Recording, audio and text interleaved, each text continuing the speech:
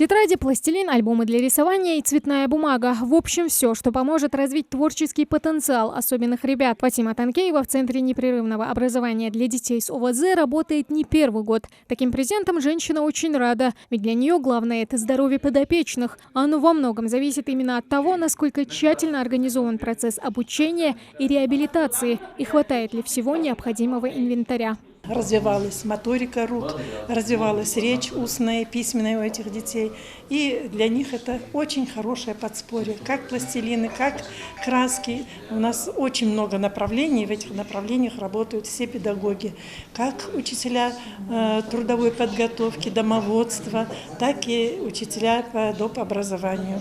1 сентября – праздник не только для детей. С началом учебного года поздравляют еще и педагогов. Ведь от их отдачи зависит результат реабилитации учащихся. Ты считаешь своим долгом хоть чем-то помочь, ты должен внести вот эту лепту, чтобы родители, вот этот осадок, каждый родитель хочет, чтобы его ребенок был здоров, чтобы, вот, знаете, стимулировать, что ли, именно коллектив, который работает с этими детьми, вот силы терпения. Если для активистов региональной ассоциации «Матери России» благотворительные акции уже добрая традиция, то ветераны боевых действий в этом деле новички.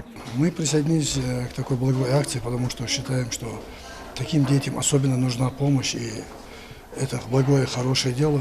Это сейчас здесь непривычно тихо. С 1 сентября ребята вновь переступят порог родного центра. К слову, главная особенность заведения – оно дает возможность детям с ОВЗ получить образование, начиная от дошкольного до среднего профессионального. Именно поэтому коррекционное заведение и именуется Центром непрерывного образования.